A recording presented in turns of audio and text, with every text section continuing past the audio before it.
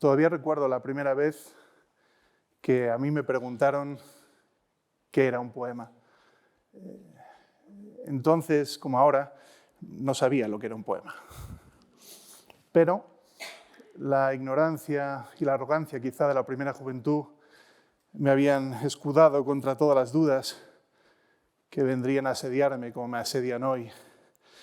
Me encontraba yo en la Alpujarra, en Granada, enfermo de Gerald Brennan-Kitis y pasando un frío que pela en Órgiva, donde una familia piadosa se había compadecido de un mochilero rubio de 18 años que andaba por esos montes persiguiendo fantasmas. Y allí, junto al brasero, centrado en la tarea de que todos pudieran verme, centrado en la tarea de escribir un poema en mi libreta Moleskine, se me acercó la hija pequeña de la casa, que tendría por aquel entonces unos 5 años. ¿Qué haces?, me preguntó. Escribir un poema, le dije altanero. Y ella, con la mayor de las indiferencias, me miró y me dijo, ¿y eso qué es lo que es? Me fascina recordar con nitidez cada detalle de la anécdota, menos lo más importante, claro, la respuesta. La respuesta. Si llegué a contestar y si pudiera recordar ahora la respuesta que di, seguramente podría ofrecerla aquí, junto a ustedes, y el peliagudo problema poético quedaría resuelto y no tendríamos más que hablar, porque no tengo ninguna duda de que las mentes procaces de los jóvenes que sueñan con ser poetas tienen mucho más que decir sobre el asunto que el orondo recitador que ante ustedes está y que ustedes, piadosos, también han refugiado un rato del frío.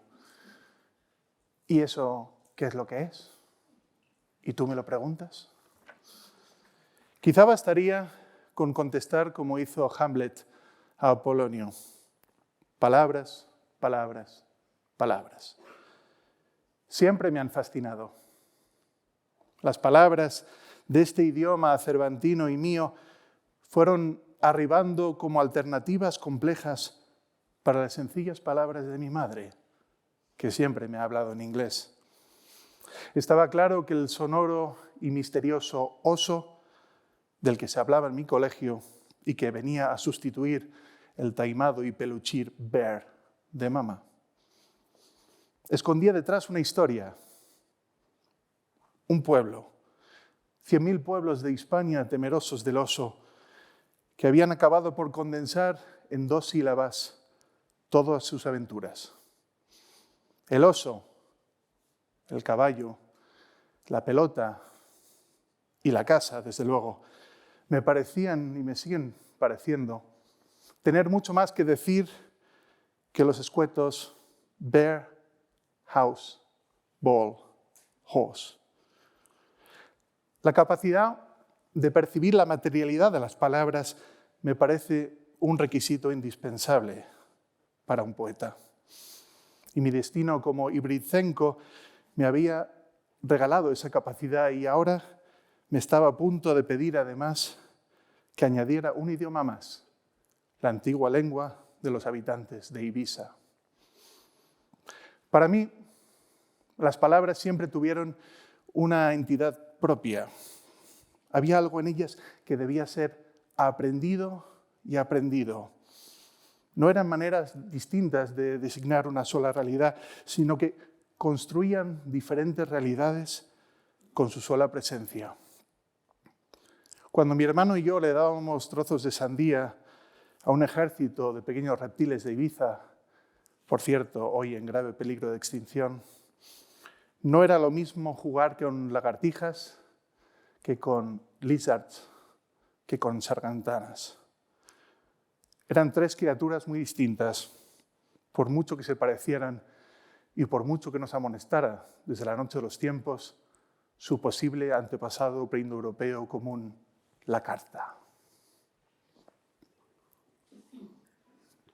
La verdadera materialidad de las palabras se presentó ante mí de manera súbita a la edad de 10 años en forma naturalmente de poema. Un poema de Rubén Darío. Dichoso el árbol, que es apenas sensitivo, y más la piedra dura, porque esa ya no siente. Pues no hay dolor más grande que el dolor de ser vivo, ni mayor pesadumbre que la vida consciente. Es probable que no comprendiera entonces el significado de las palabras dichoso y pesadumbre. Puede que intuyera lo que era ser sensitivo y consciente, pero sabía cómo era un árbol. Y una infancia en el campo me había familiarizado con las virtudes de las piedras. Y sabía, como solo un niño puede saberlo, lo que era el dolor. No hay dolor más grande que el dolor de ser vivo. Aquello me transportó de inmediato a la tarde funesta en la que 4 años antes, bajo el gran pino manso que resguardaba nuestros fuegos, fui súbitamente consciente de la idea de la muerte. Bajo aquel pino apenas sensitivo, a la edad de 6 años, entendí que yo me iba a morir. Y lo que era peor, y sigue siendo peor, que se iban a morir aquellos a los que yo amaba. Lo fatal, en suma. Así, leyendo ese poema, me di cuenta de que a la provecta edad de 10 años yo estaba evocando una experiencia de mi pasado, o más bien que esa experiencia pasada estaba siendo convocada a través de un poema, estaba existiendo de nuevo en un poema. Era terrible, sí, y abrumador, pero también era excitante descubrir que el terror colosal podía caber en un puñado de palabras y que éstas, además, podían ser hermosas. Avancemos en el tiempo, a la adolescencia. 5 años después de mi primer encuentro con Darío, letraherido ya, siendo un huraño quinceañero coleccionista de poemarios baratos, volví a sentir la muerte cerca. Un amigo poco precavido me llevaba en moto y se saltó un stop. Mi pierna izquierda quedó pulverizada entre la moto y una Opel Astra con pocos reflejos y bastante prisa. Un par de horas después, pierna herido ya, en el hospital deliré y recité de memoria, no sin un exceso de dramatismo, el resto del poema.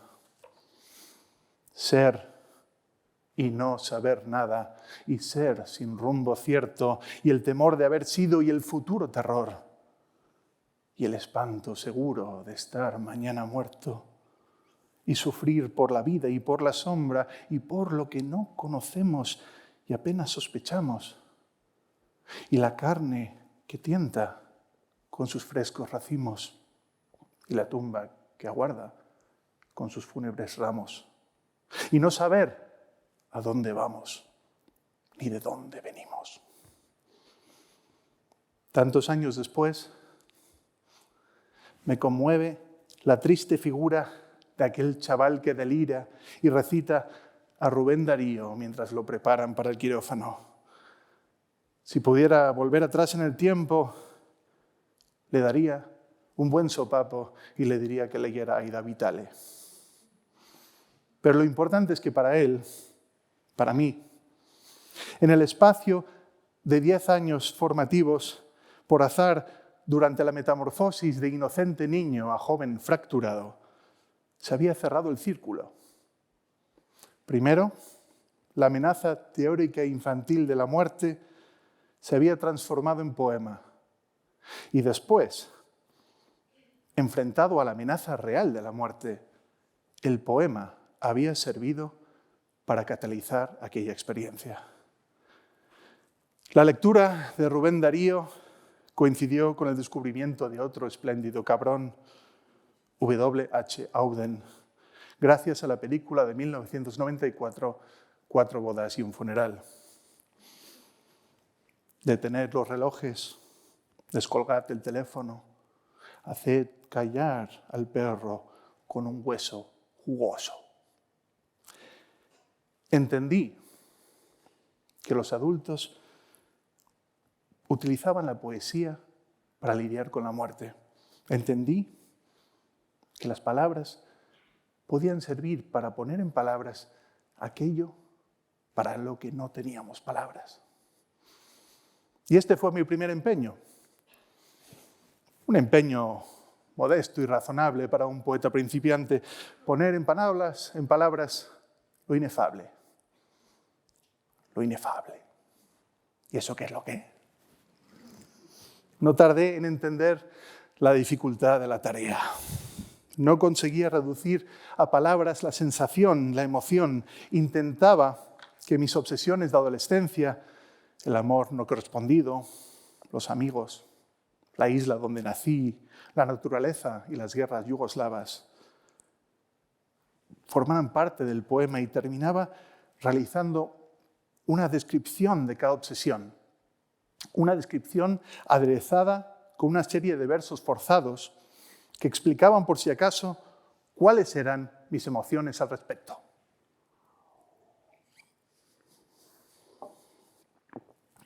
Poemas en los que, como decía José Hierro, lo decía todo el poeta y no el poema. Y decir aquí poeta me parece un atrevimiento. Y llamar a aquellas cosas poemas me parece decir mucho. Aquí lo decía todo el adolescente y no su texto infame. Pero un texto infame, con todo, es un texto. Y como decía el autor irlandés Frank O'Connor, you can't revise nothing. Se trata quizá del mejor consejo que se le puede dar a un escritor. You can't revise nothing. La traducción no le hace justicia a esta genialidad que en el original en inglés parece demandarnos la palabra anything en vez de nothing. De modo que con la palabra anything diría algo así como no se puede revisar nada. Sin embargo, al sorprendernos con lo que parece una frase gramatical, O'Connor nos está abriendo los ojos a una realidad nueva. No podemos revisar la nada. Es decir, si no ponemos algo sobre el papel, sobre el documento en el blanco, no podremos llegar a lo realmente importante, que es, claro, la revisión. Escribir es poner negro sobre blanco, decía Mallarmé. Y así, corrigiendo, pude pulir mis primeros poemas y jugar, persiguiendo los excesos sonoros modernistas, a ser poeta. Pero mis poemas seguían siendo meras descripciones de realidades vividas o imaginadas, donde empujado por el terror de que no quedaran claros los sentimientos que yo quería plasmar, procuraba que cada texto los explicitara. ¿Cuánto me hubiera ayudado haber leído entonces aquellos célebres versos del gran Vicente Huidobro? ¿Por qué cantáis la rosa, oh poetas? Hacedla florecer en el poema.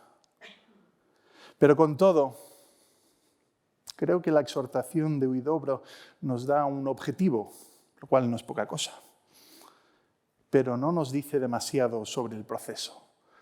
De modo que yo creo que a pesar de todo, no me hubiera ayudado mucho haber leído a Huidobro entonces.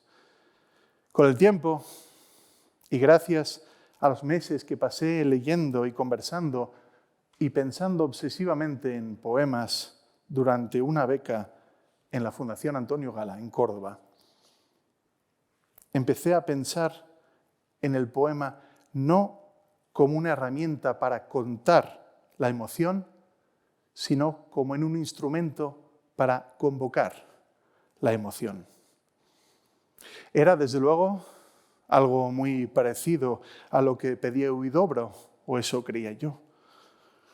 Pero ahora empezaba a entender cómo hacerlo.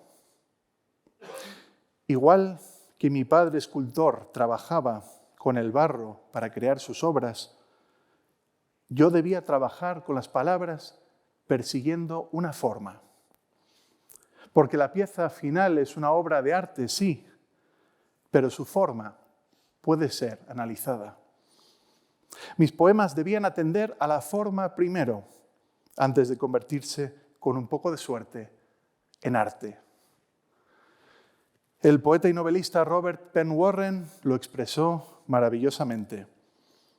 Un poema nace de la voluntad de darle forma a una experiencia y termina siendo la experiencia de una forma.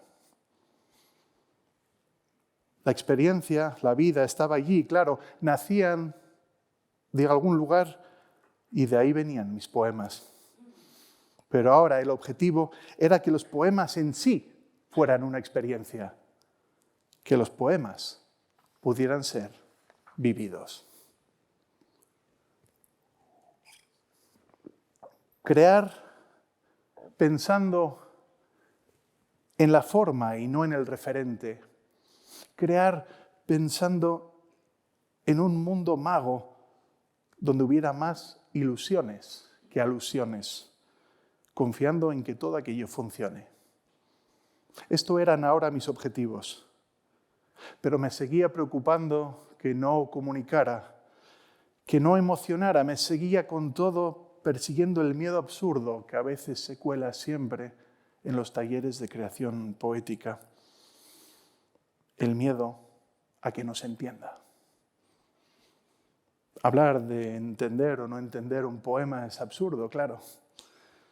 Pero cuando alguien expresa esta preocupación, lo que normalmente quiere decir es que duda que el poema pueda transmitir.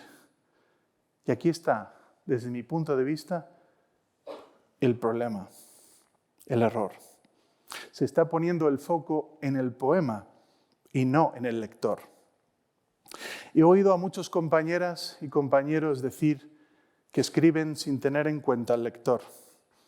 Y los hay incluso que presumen de un desdén que, de ser verdadero, me parece que debería animar a quien afirme sentirlo a dejar de escribir del todo y a dedicarse a otra cosa.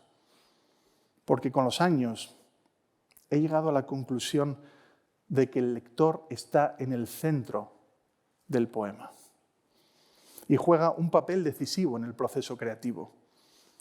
Para mí, este lector se parece bastante al lector modelo de Umberto Eco, aunque hay algunas diferencias, y yo lo llamo el lector futuro. El lector futuro no es un sujeto pasivo que simplemente recibe información. El lector futuro aporta al poema su propia experiencia y, sobre todo, sus emociones, para acceder a través del poema a la poesía. El lector futuro tiene la tarea de actualizar el poema y hace esto sin esfuerzo. Transporta el poema desde el pasado y lo inserta en el presente, después de realizar los ajustes necesarios. Estos ajustes esenciales para la supervivencia del poema pueden ser lingüísticos, semánticos, socioculturales, etc. Y al actualizar el poema, el lector futuro permite que el poema dialogue con el presente. Y este diálogo, a su vez, le proporciona al poema una cantidad determinada de poder. Puede llegar incluso a modificar el presente. Imaginemos, por ejemplo, que alguien lee un poema en una manifestación. O si no queremos ser tan grandilocuentes, imaginemos simplemente que alguien le lee un poema a un familiar y que esa persona se emociona. Por lo tanto, al escribir un poema, estamos confiando por completo en el lector futuro. Sin él, sin ella, nuestro poema no podrá materializarse. Sin él o sin ella, nuestro poema estará siempre atrapado en el pasado. Es importante recalcar que escribir pensando en el lector futuro no implica necesariamente pensar en la publicación. Ni siquiera implica que alguien, una persona real, llegará a leer algún día realmente lo que estamos escribiendo. Otro de los grandes miedos que azotan a los talleres de literatura. Implica una manera de escribir. Tener en cuenta el lector futuro es, sobre todas las cosas, una herramienta para la escritura.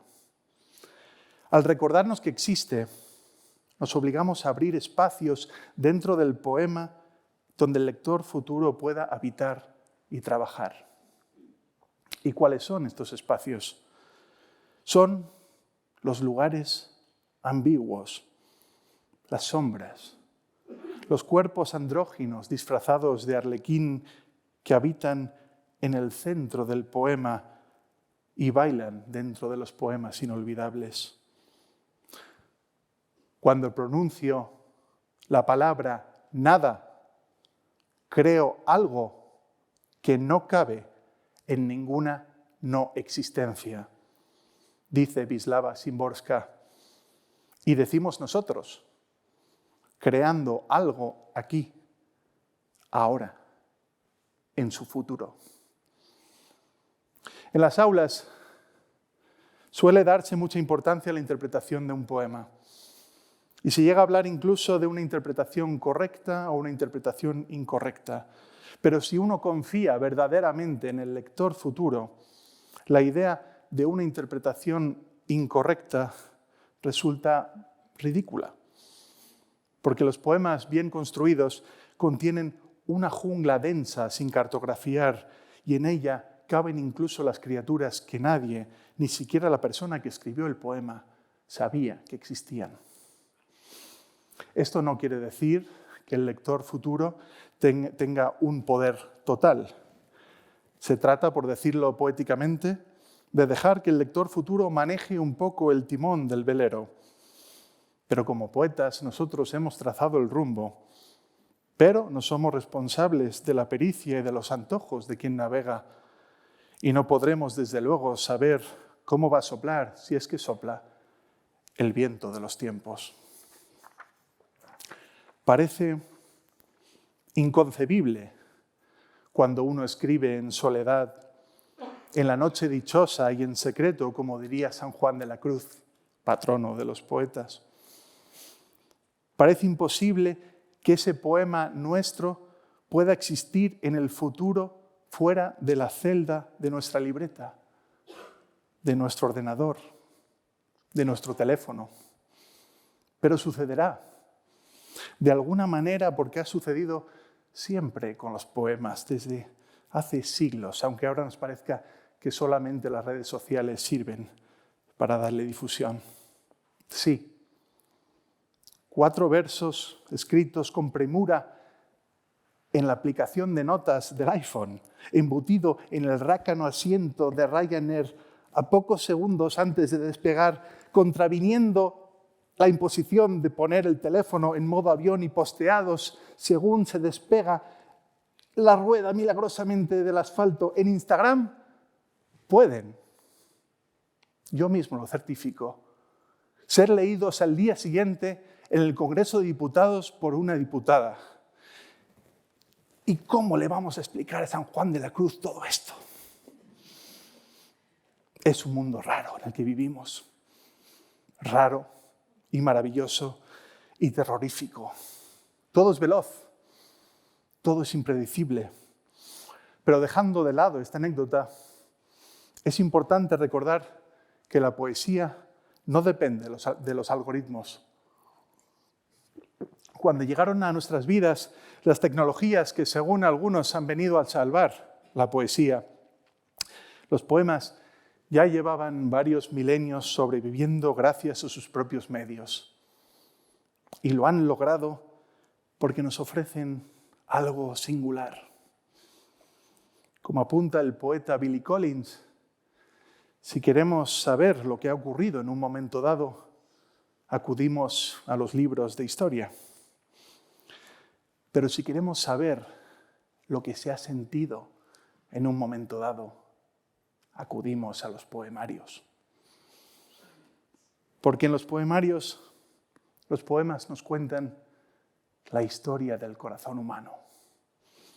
Los poemas constituyen un registro de todo lo sentido en cada instante, en cada época. El poeta soldado escocés Charles Hamilton Surley vivió 20 años y 5 meses. Recibió un disparo en la cabeza de un francotirador en la batalla de Loos, en la Primera Guerra Mundial, el 13 de octubre de 1915. Entre sus papeles encontraron este poema, el registro de las emociones de un joven soldado que no podremos encontrar en ningún manual de historia. A Alemania. Eres ciega como nosotros. Tu daño no fue diseñado por nadie y ningún hombre reclamó la conquista de tu tierra. Pero a tientas los dos por campos confinados de pensamiento tropezamos y no entendemos nada. Mirando tu futuro, solo veías grandes planes y nosotros los sinuosos caminos de nuestra propia mente, que obstaculizamos los caminos amados del otro y siseamos y odiamos. Y el ciego lucha contra el ciego. Cuando haya paz, entonces podremos ver de nuevo con ojos recién estrenados la forma verdadera del otro y podremos admirarla.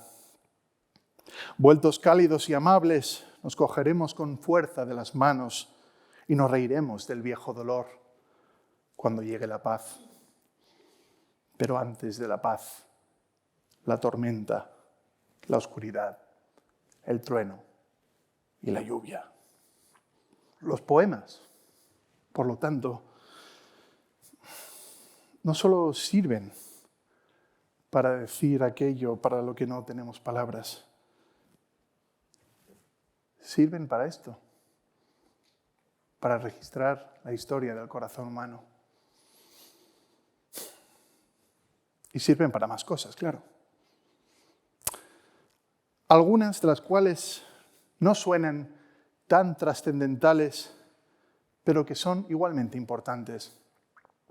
Por ejemplo, los poemas nos ofrecen siempre oportunidades nuevas para deleitarnos con el propio lenguaje.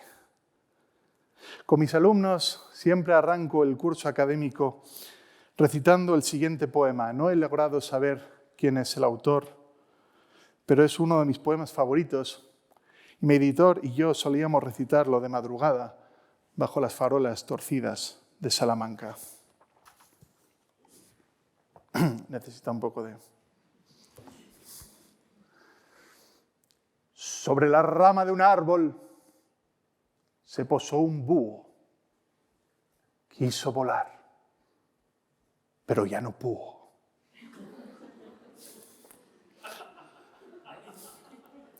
Podríamos decir que el poema funciona por muchos niveles. Podríamos, sí, hablar de la simbología de la rama, que, como nos recuerda Juan Eduardo Cirlot en su excelente diccionario de símbolos, representa en el sistema jeroglífico egipcio ceder, flexionar. Está derrotado, pues, este búho.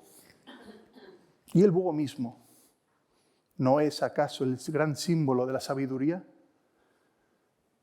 Pero no era ciertamente un mochuelo lo que acompañaba a Atenea y no un búho.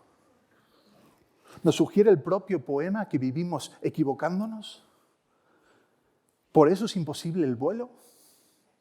¿Funciona el poema porque nos plantea que debemos ceder ante los límites de la fenomenología? No. El poema funciona porque ya no pudo. Porque sentimos que el lenguaje mismo ha sido torsionado sin otro fin que deleitarnos. En la película La Sociedad de la Nieve de Juan Antonio Bayona, los supervivientes del accidente se alimentan primero de poemas cobijados en el fuselaje del avión. Crean pequeños textos rimados que hablan de su situación, de sus deseos, de sus esperanzas. Mientras una tragedia se desata desde mi hamaca, veo a varios superhéroes sin capa. Y aunque a veces me gana la ira, estar con ustedes es un regalo de la vida. Si pensamos en estos dos ejemplos, nos daremos cuenta de que aparentemente el recurso de la rima parece dictar lo que es y no es un poema, pero creo que no es así. Son poemas porque tienen la intención de ser poemas. Y sucede que utilizan además el recurso de la rima. Parece que si dejamos de lado, con permiso de Cirlot, el valor simbólico de las imágenes del pequeño poema del búho, si eliminamos incluso la fantasiosa rima final que parece ser la única justificación de su existencia, todavía nos queda un pequeño, gran poema que todos los días me conmueve, un poema sencillo y profundo que habla de un búho que ya no pudo volar. En la Sociedad de la Nieve sucede lo mismo. Son poemas porque hablan de ellos, de los supervivientes.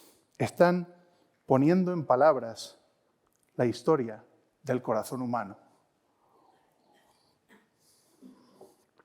Entonces, si recursos como la rima no definen lo que es y lo que no es un poema, ¿qué es un poema? Llevo ya un rato aquí hablando y la pregunta de la niña sigue flotando en el aire en las cumbres de Sierra Nevada, donde precisamente se ha rodado buena parte de la Sociedad de la Nieve, sin obtener una respuesta. Quizás sea el momento de ofrecer una respuesta que tiene que ver, además, con preguntas y con respuestas. A principios de 2014, en el hermoso pueblo de Tepoztlán, en México, bajo el auspicio de la pirámide del Tepozteco, pude asistir a un taller de poesía con el gran poeta Paul Muldoon. Allí nos ofreció una definición de poema que logra, además, describir muy bien cómo funciona el mecanismo de un poema. Decía Muldoon, un poema es una respuesta a una pregunta que solo ese poema ha formulado. Y aquí habría mucho que decir, pero nos quedaremos con 3 ideas sencillas. El poema tiene un mecanismo, responde a una pregunta. La pregunta no viene desde fuera, está dentro del propio poema. Y lo más importante, el poema es único. No hay otro poema igual. Donde Muldoon dice pregunta, pongamos inquietud. Donde dice respuesta, pongamos satisfacción. El poema nos da una satisfacción a una inquietud que solo ese poema ha generado. Nos rasca, podríamos decir, pero fue él quien nos provocó el picor. Por esto me interesan tanto los poemas, porque son autónomos y su alcance no tiene límites. Conviene detenerse en esto un momento para comparar esta disciplina artística con otras. Aquí no hay otro material que la palabra. No hay pintura, no hay lienzo, no hay escenario. No hay cámara de fotos, no hay metal, ni arcilla, ni instrumento, no hay cuerpo, no hay voz, no hay otra cosa que las palabras. Las mismas palabras que utilizan todos los días miles de millones de personas. Pensando en la autonomía y en la potencia de las palabras, me viene a la mente una brevísima historia que querría compartir con ustedes ahora. A principios del milenio, los alumnos de primero realizamos una lectura poética colectiva en la Facultad de Filología de la Universidad de Salamanca, promovida y coordinada por nuestro profesor Antonio Sánchez Zamarreño, un gran poeta y profesor que despertó el amor por la literatura en centenares, si no en miles de alumnos. Allí, reunidos en el aula magna, éramos apenas 20 alumnos. Antonio Sánchez Zamarreño, nos leyó algunos de sus propios poemas, todos ellos muy breves. Entre ellos destacaba para mí un poema de un solo verso, Nada sabe de amor quien vuelve vivo. Impactado por ese poema, lo anoté en mi cartera y decidí utilizarlo de epígrafe en el desastroso primer borrador de mi primer poemario, para ver si mi poemario se contagiaba de aquella potencia. El verso me trajo suerte y unos años después el libro ganó un premio y salió publicado en la editorial Hiperión. Muchos años después, la reedición de aquel libro en la editorial Delirio acabó en manos de un cantante lector de poesía. Y de todo el libro, lo que rescató precisamente fue un poema que no era mío. El poema de un solo verso de Antonio Sánchez Zamarreño. Ese verso en decasílabo abre su nuevo disco y con ese verso comenzaba sus conciertos y si la salud se lo permite y le permite terminar la gira, como estaba previsto en el Withing Center de Madrid, es probable que más de 16.000 personas canten al unísono ese poema de un solo verso de Antonio Sánchez Zamarreño. Y todo el camino recorrido, desde aquella lectura estudiantil con 20 personas hasta la emoción colectiva de miles y miles de personas, habrá sido posible con la energía de un breve poema. Nada sabe de amor quien vuelve vivo. Esta historia nos habla del poder de las palabras, pero ¿qué papel puede jugar la palabra en la era de la imagen? Ciertamente la imagen nos domina. Somos esclavos de las imágenes.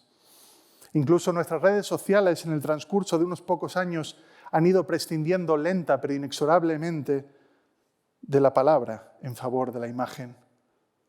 Con todo, quiero recordar aquí hoy las palabras de uno de mis maestros, Antonio Gala.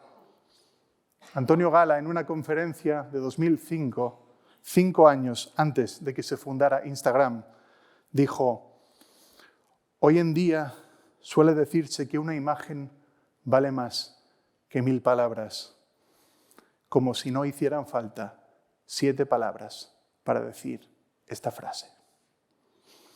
La palabra sigue siendo imprescindible, aunque sea para referenciar a la imagen. No dudo del poder de las palabras, pero como muchos otros creadores vivo con inquietud la llegada de la llamada inteligencia artificial a nuestras vidas. Y aunque supongo que traerá avances en casi todos los campos, sospecho que la creación literaria en general y la creación poética en particular no será una de ellas. No comparto la opinión de muchos compañeras y compañeros de que la IA no será capaz de generar algo parecido a un poema. Desde el punto de vista formal ya es capaz y en muy pocos meses he visto avances respecto a cuestiones como el sentido o los recursos literarios. Este año, por primera vez, los miembros del jurado de un concurso internacional de poesía hemos modificado las bases del premio para que no puedan participar poemarios generados con inteligencia artificial. Pero creo que estas medidas, algo alarmistas, no serán necesarias en el fondo, porque una definición de poema es la de Moldiún, una respuesta a una pregunta que solo ese poema ha formulado. Pero otra, se me ocurre, es una conversación honesta entre dos humanos, con independencia del espacio y del tiempo, con independencia incluso del idioma. Si quitamos al humano de un lado de la ecuación, el mecanismo no funciona. La máquina nunca podrá generar aquello que convierte al poema en un poema. La capacidad para convocar la emoción. Porque los textos habrán sido generados sin emoción. Que la IA no tenga emociones es un buen motivo para que no cunda el pánico en el gremio. Seguiremos con nuestros trabajos precarios, nuestras rencillas. No van a sustituirnos. Y si no es así, no pasa nada. Podrá no haber poetas, pero siempre habrá IA.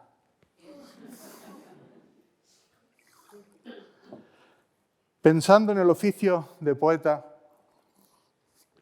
se me ocurre que el proceso creativo de los humanos requiere otros elementos además de las emociones, que sospecho que marcarán la diferencia respecto a la máquina. Por ejemplo, que yo sepa, la IA no es capaz de generar un poema y en mitad del proceso parar, quedarse pensando en una imagen que ha surgido sobre la página de manera inesperada y pensar, ¿de dónde viene esta imagen? ¿Qué ha provocado esta asociación de palabras? El poeta no tiene ni idea, pero reacciona y permite que el elemento inesperado abra toda una serie de puertas y ventanas, permite que el poema tome un rumbo nuevo, permite en suma que el poema sea algo muy distinto a lo que tenía pensado cuando empezó a escribir. No es un detalle menor. Como aprendí con mi padre, los mejores objetos, las mejores obras surgen a veces porque la propia obra nos hizo cambiar de idea. Si el poder de la IA está en el manejo de los datos, quizá nuestro poder esté en el manejo de las dudas. Para terminar, me gustaría compartir brevemente 3 aprendizajes más, pensando sobre todo en aquellas personas que están empezando a escribir y que a quienes quizá podría resultarles de utilidad.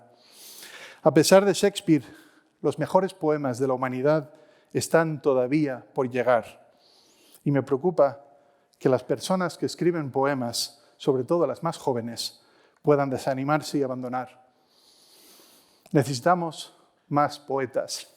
Vivimos un fervor tecnológico que nos está deshumanizando y hoy necesitamos más poesía que nunca.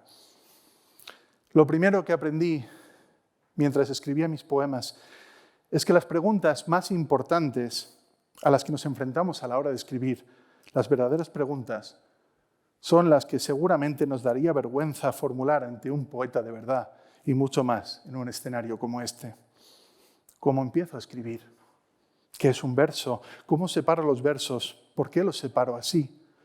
¿Debe tener rima mi poema para que sea un poema?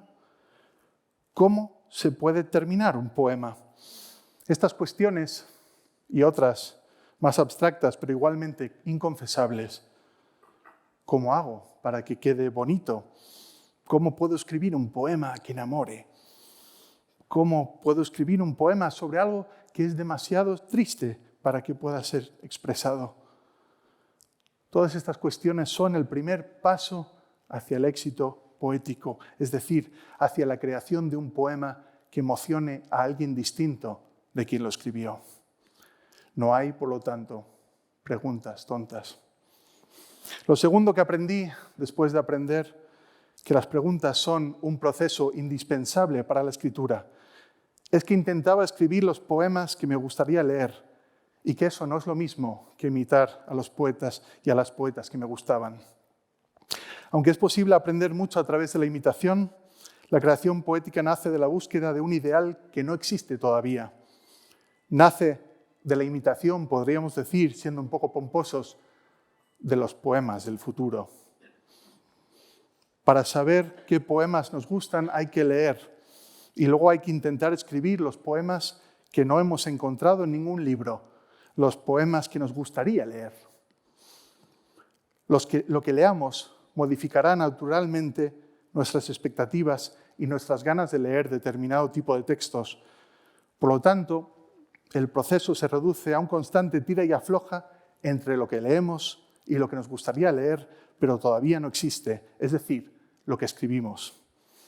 Tantas vueltas para decir eso, que lo segundo que aprendí mientras escribía mis poemas es que lo hacía inmerso en la tensión entre lo leído y lo que querría leer, escribir. La tercera cosa que aprendí mientras escribía mis poemas, no lo aprendí mientras escribía mis poemas. Lo aprendí muchos años más tarde y lo quiero compartir contigo ahora. Por si tú estás empezando a escribir tus poemas, porque escribir puede ser un proceso solitario y desesperanzador y creo que vale la pena estropearte un poco la sorpresa. si te ahorras aunque sea una pizca de la angustia. Los lectores de tu poema existen. Todavía no lo saben.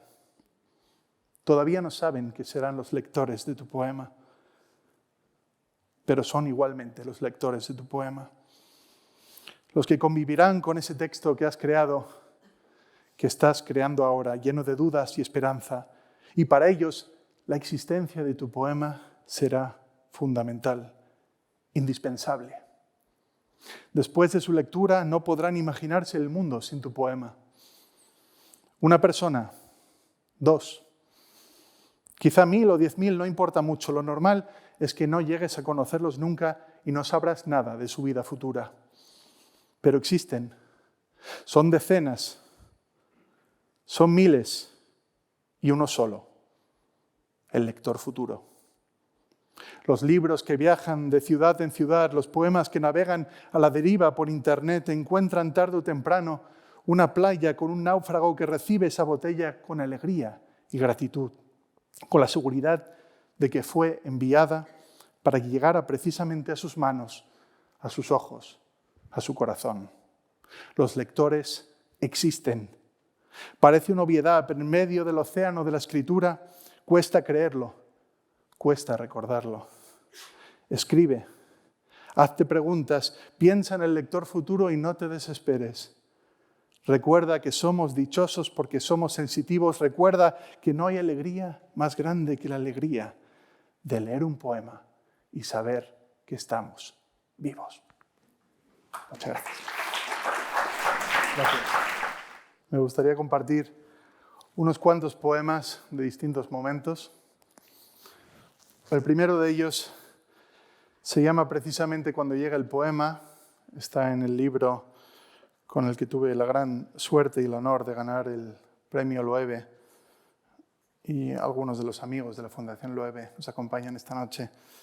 Gracias.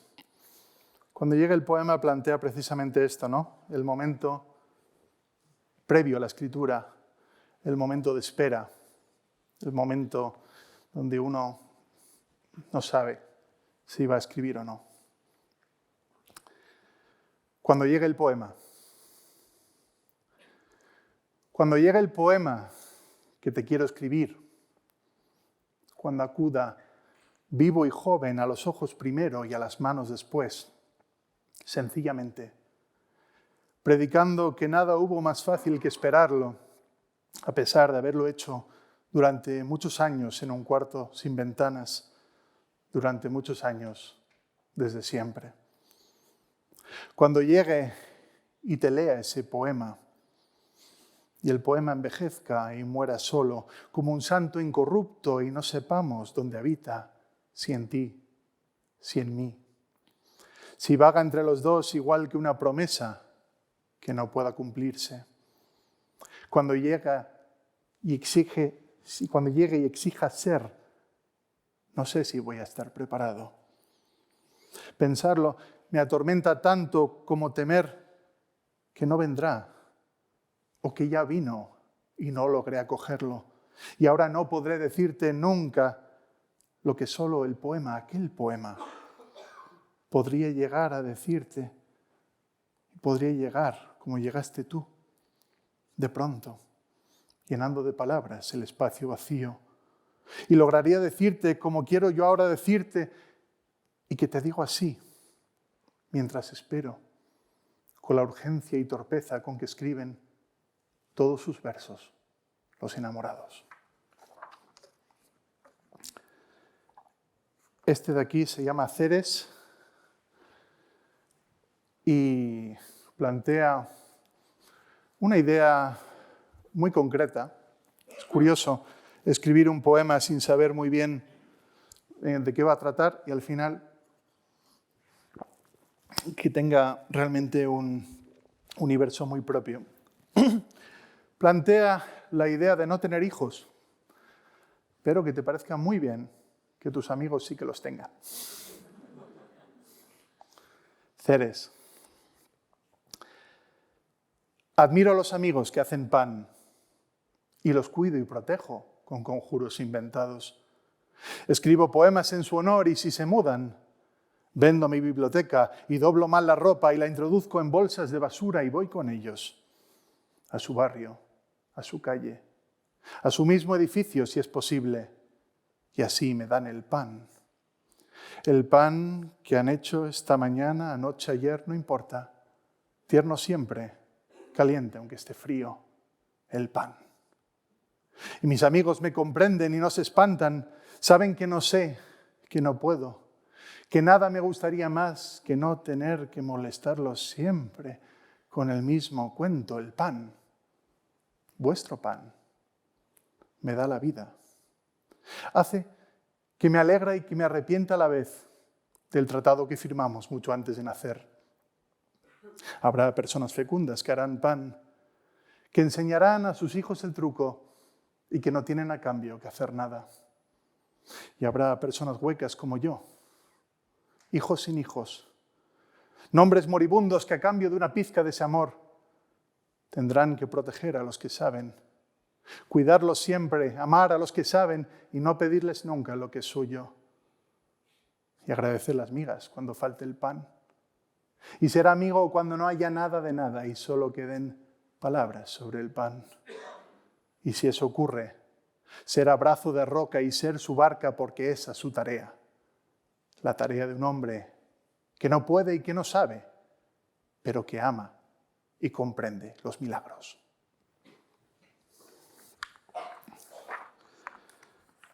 Un poema de mi último libro, de Demonios, se llama Pasar al Missatja.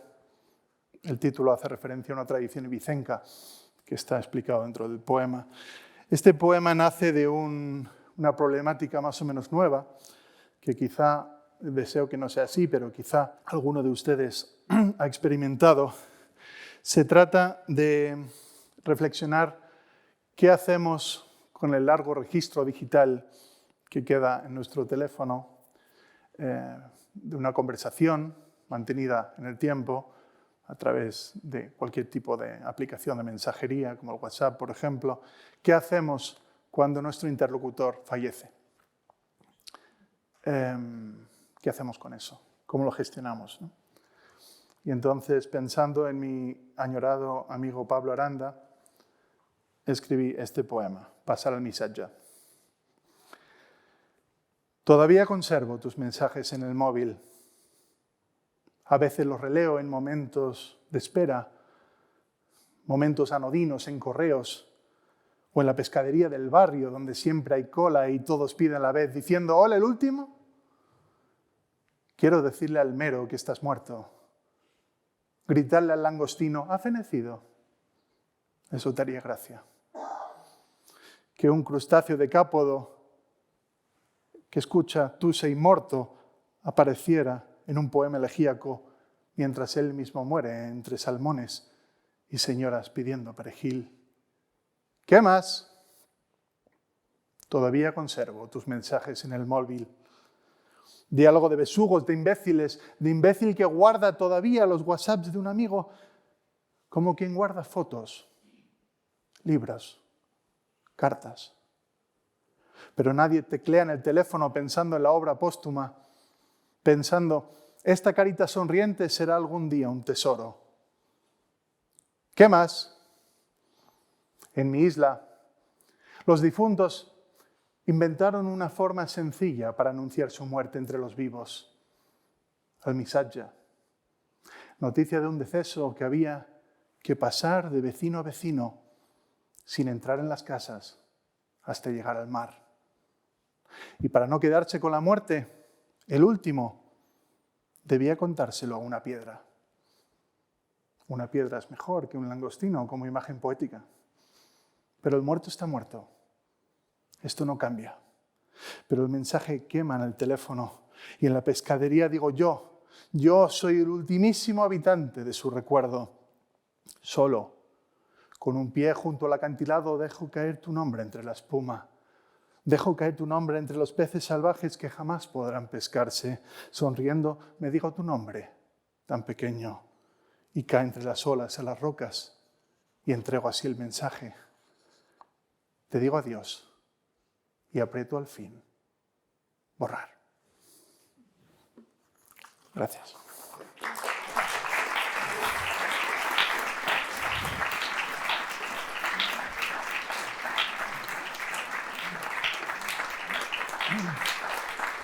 Gracias.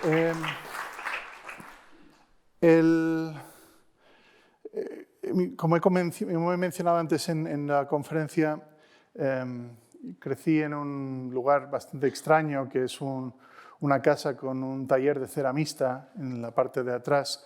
Allí mi padre, como es lógico, tenía todo lo necesario para el oficio de un ceramista, y mi hermano y yo tuvimos, por lo tanto, todas las oportunidades del mundo para aprenderlo absolutamente todo, y no aprendimos nada, ¿no? Lo único que hacíamos, como hacen todos los niños, eran unas bolas, como hipopótamos, ¿no? De una bola encima de otra, diferentes animales, así, hasta que mi padre, harto ya de nuestras enormes bolas de barro, decidió por lo menos intentar imponernos un límite físico para que aquello no reventara dentro del horno. Y nos explicó de la siguiente manera cuál era el límite físico de las bolas de arcilla que podíamos hacer. Y piquien al escultor y ceramista Jerry Clark. Sospecho de las piezas más grandes que su puño. El puño de mi padre, que sin amenazar representa volúmenes, fronteras, las masas que no deben, que no pueden ser sólidas. Cualquier cosa más grande ha de ser hueca, y cualquier cosa hueca tiene que respirar. Es lo único que sé, lo único que aprendí de su oficio, que hay pocas cosas sólidas, que es rara la escultura que no contenga el eco del secreto, que no existe cerámica en el mundo que no respete el puño de mi padre. Y a 1200 grados los hollares de sus caballos eran de verdad. En el centro del infierno exhalaban, respiraban vivos, exhalando el vacío de sus cuerpos, los secretos que habían compartido con mi padre y que solo podría revelar la destrucción. Cualquier cosa más grande que su puño me conduce a la idea de la muerte, al presagio ominoso de un error de cálculo, a caballos reventando en trincheras de fuego de Verdún, montañas de animales que se ahogan o que vagan igual que pensamientos al final de un poema. Pero el puño de mi padre, cerrado sobre las verdes sábanas, no estima los límites de nada. Si pudiéramos hacer un molde, hacer un vaciado, que él lo supervisara, 8 millones de caballos murieron en la Gran Guerra, casi todos de agotamiento. Mi padre abre la mano y los planetas se avergüenzan un poco de sus núcleos. Hacen fiestas los potros de Altamira y retumban los cráneos vacíos de todos los guerreros de Xi'an. Abre la mano y vuelan murciélagos albinos en las cuevas del Cáucaso, chillando como alarmas que alertan del final de la alegría. Llega el frío. Los cuerpos se contraen y migran los caballos hacia el sur. El tiempo acumulado se hace sólido y algo en alguna parte se fractura porque no puede ser de otra manera, porque es la ley del puño de mi padre. Gracias. Muchas gracias. Muchas gracias. Me gustaría compartir con ustedes 3 poemas más. Uno de ellos se llama Los rotos.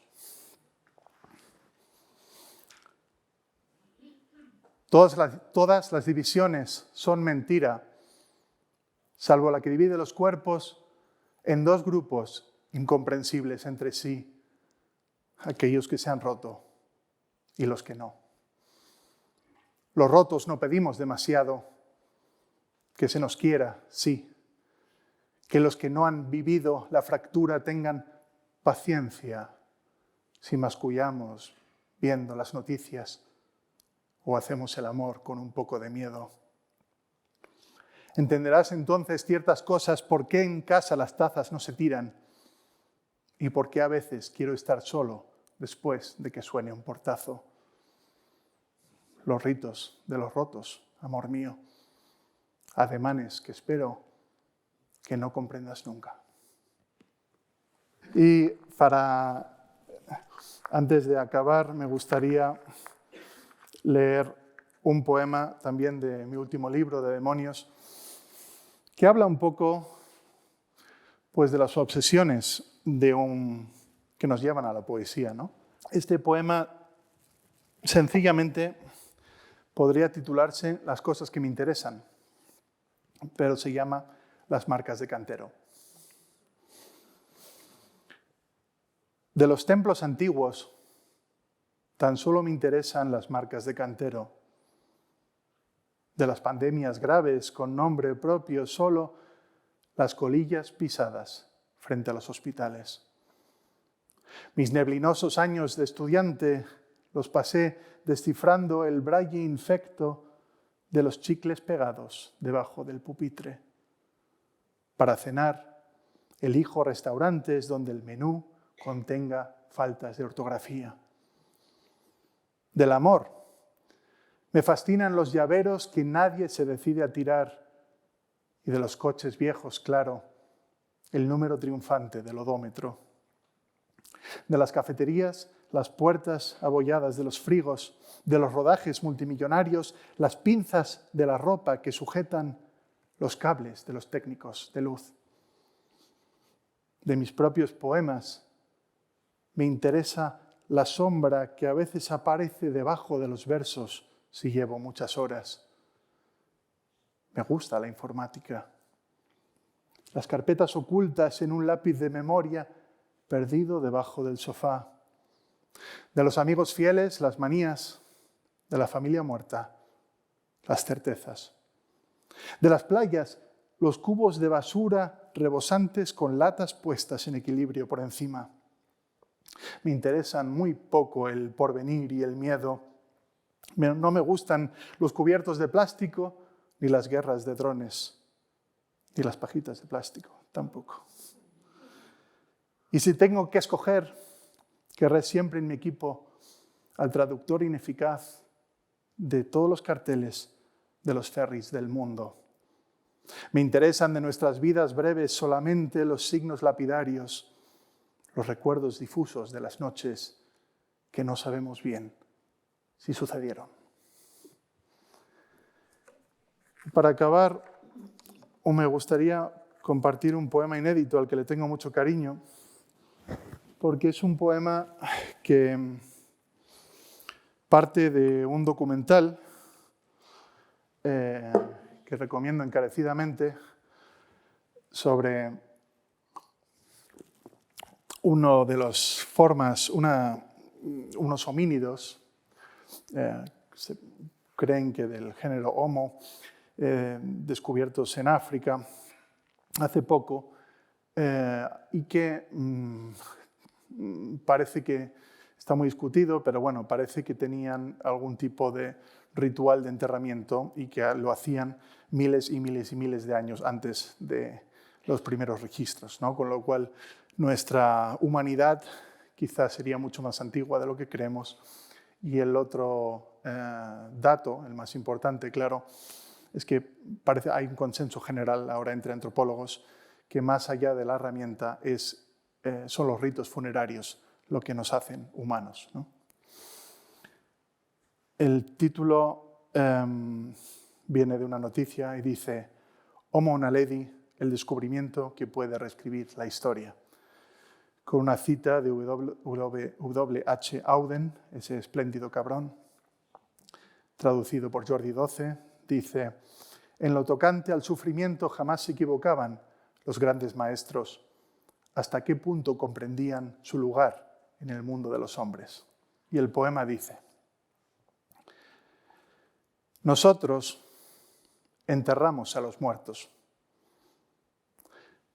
Según los antropólogos, aquí está la diferencia, en el ritual, en el esfuerzo grave que implica transportar un cuerpo amado hasta la última cámara de la cueva y allí cavar con lascas, con palos, con las manos y el dolor, un pequeño agujero sin comprender por qué. Hubo un tiempo muy largo en el que sí que comprendimos. Miles de años fértiles llenos de dioses gordos y de historias sobre héroes errantes y destinos domados por la fuerza y el deseo. No fueron años fáciles. Pero de allí surgieron los semáforos y los cuadros, el plástico 100% reciclable y esos cables largos de los teléfonos que solían salir en las películas americanas. Nada de esto supo el homínido aquel día. Operaba empujado por el miedo que le daría ver cómo los pájaros se comían los ojos de su amor. Es probable que todos los empeños de la historia desciendan de su pánico, que todo sea solo un subterfugio milenario que fuimos escribiendo en las paredes lisas de las cuevas, en las losas de piedra, en el papiro, en la piel de cordero, en MS2. ¿Y si toda esta huida acaba aquí? Justo aquí, en esta cámara que el fuego va a iluminar un tiempo breve y frágil en el que arrodillados debemos decidir entre escribir o cavar una tumba para un cuerpo. Muchas gracias.